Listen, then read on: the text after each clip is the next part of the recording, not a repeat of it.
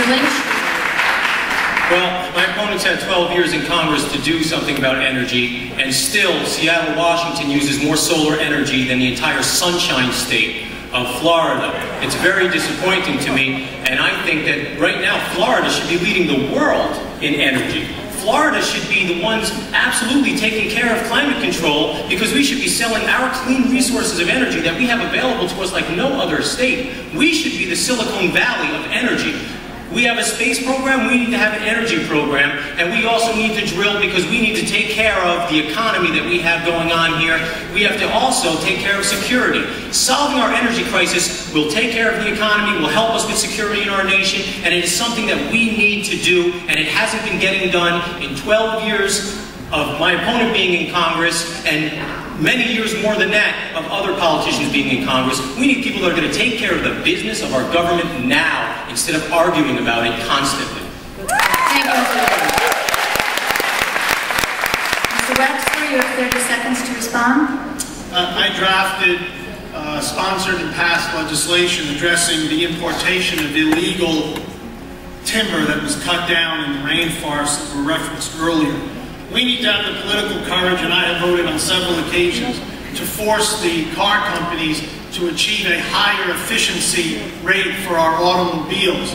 We need to conserve more, and yes, Ed, we do need more drilling. I voted that way, but we also need to protect Florida's pristine coast, and I, with my congressional delegation, led the fight to prevent drilling in the Gulf of Mexico. Thank you. Dr. Graber.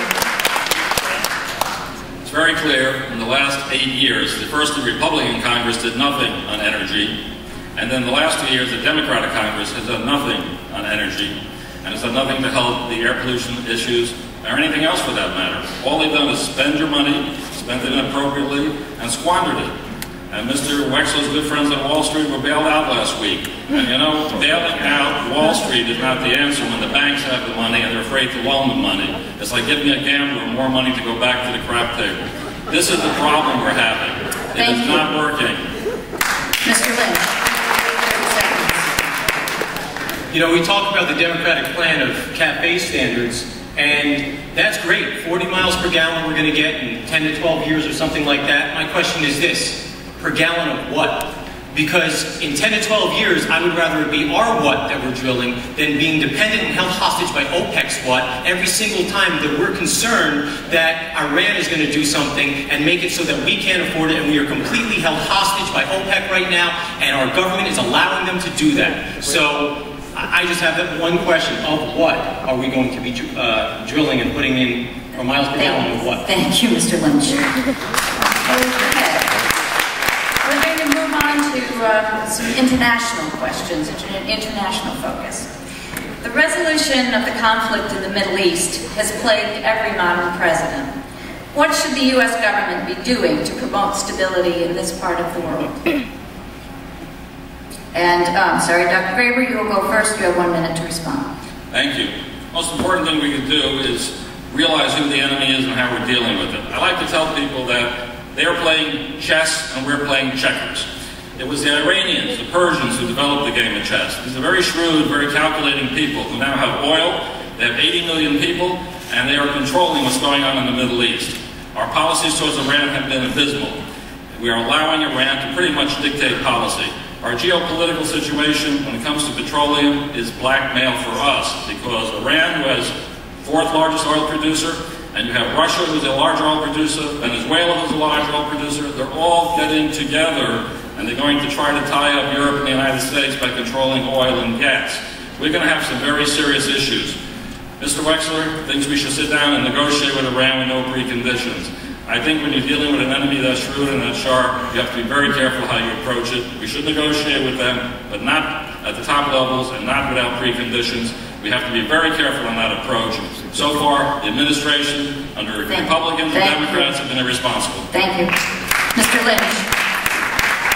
Man, I wish the three of us could solve the Middle East crisis right here and now.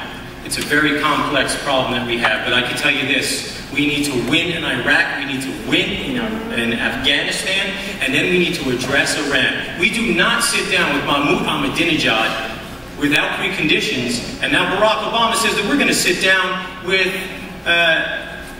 the Khomeini, except without preconditions. This guy, the only thing he ever does is bring an AK-47 with him. I don't think that he's going to want to sit down without preconditions of not bringing back the AK-47 with him to talk. Thank you.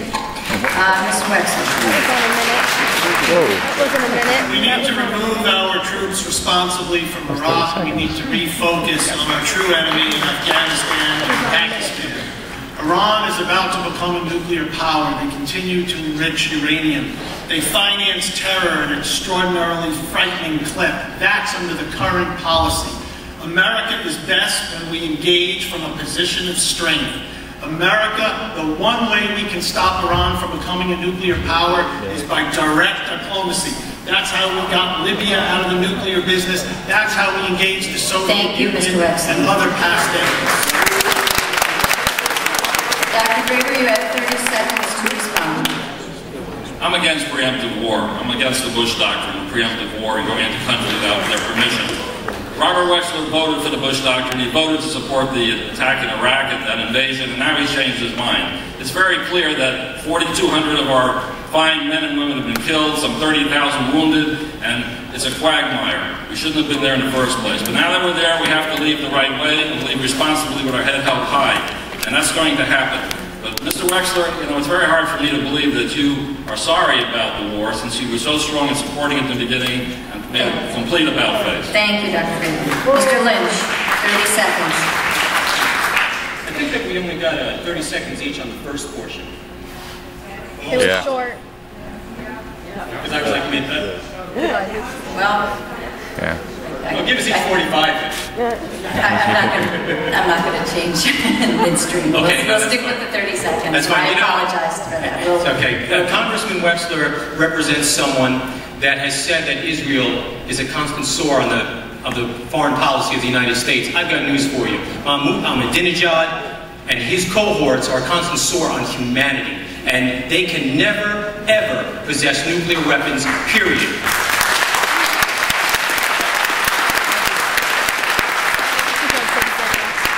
Respectfully, Ed, that crosses the line. There is nobody who's fought more hard for Israel's right of self-defense and security in the United States Congress than I have.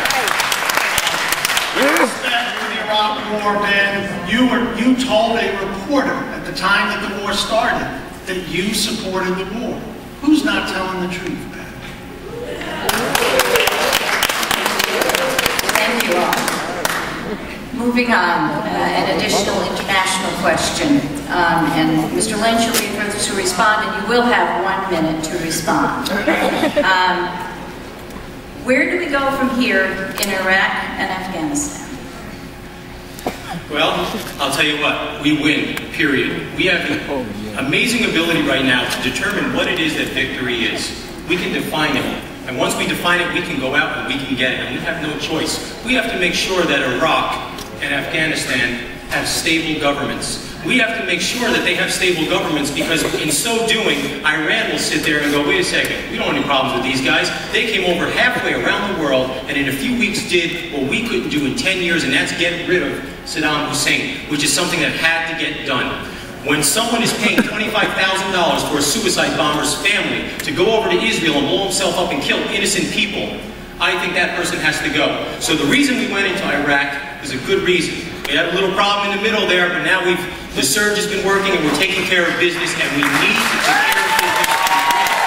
And unless we win, the Middle East will be a constant source of problems and turmoil. We need to set the tone there only the way that America can. Thank you very much. Dr. Graber, 60 seconds. We have to be smarter than they are. They've been smarter than us so far. We have the military.